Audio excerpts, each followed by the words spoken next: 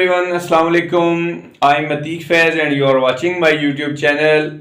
In this video lecture we will cover the future perfect continuous tense. We can say it in Urdu फ़िल मुस्तक़बिल मुकम्मल जारी।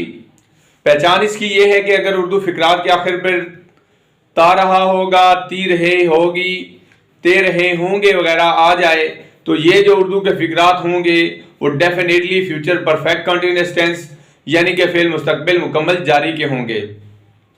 मिसाल के तौर पर बच्चा 2 घंटे से रोता रहा होगा, वो शाम से मेरा इंतज़ार करते रहे होंगे वगैरह वगैरह। ये ऐसे उर्दू के फ़िक्रात हैं जिनके आखिर पर ता रहा होगा, ती रही होगी, ते रहे होंगे वगैरह आ चुका है। अंग्रेज़ी बनाने का तरीका ये है कि सबसे पहले फ़ाइल, फिर विल या शल हैव बिन, फिर फेल की जो है फर्स्ट फॉर्म के साथ ING और जो है फिल मफूल और बाद में वक्त की मुद्दत और एक जो मखसूस टाइम है उसके मुताबिक जो है इसको सिंस या फार का इस्तेमाल किया जाता है।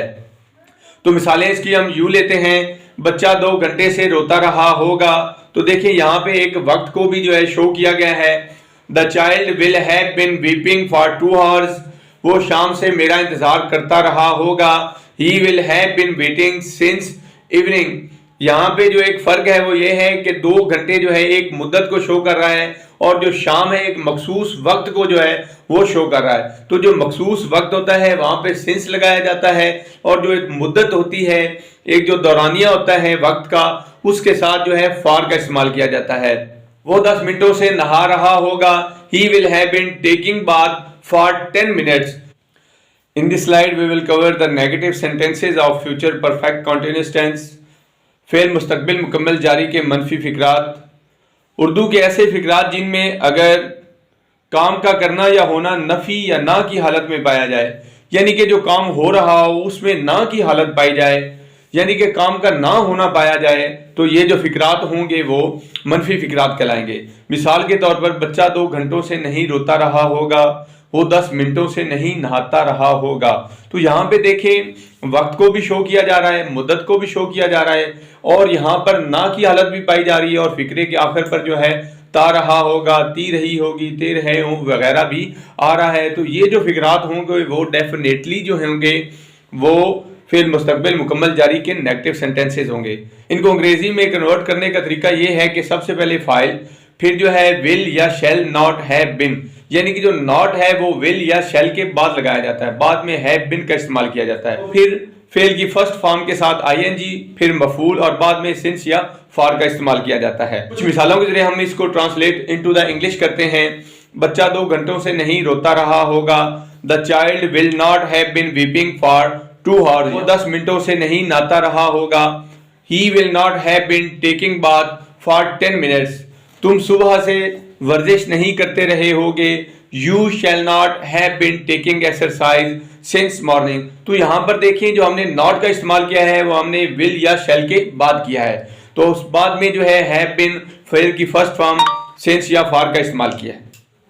In this slide we will cover the interrogative sentences of future perfect continuous tense. सवालिया फिक्रात फिल मुस्तक़बिल मुकम्मल जारी के। अगर उर्दू फ़िक्रात में कोई सवाल पूछा गया हो या कोई शर्त रखी गई हो तो ये जो फ़िक्रात होंगे वो सवालिया फ़िक्रात होंगे। मिसाल के तौर पर क्या बच्चा 2 घंटों से रोता रहा होगा, क्या वो सुबह से वर्जिश करता रहा होगा। तो ये जो ऐसे फ़िक्रात हैं जिनमें सवाल भी पूछा गया है और साथ में आखिर पर जो है ता रहा होगा, ती रही होगी वगैरह भी आ गया है और साथ में जो है वक्त को भी शो किया गया है। तो ये जो फिक्रात होंगे ये डेफिनेटली जो होंगे ये फ्यूचर परफेक्ट कंटिन्यूअस टेंस के होंगे।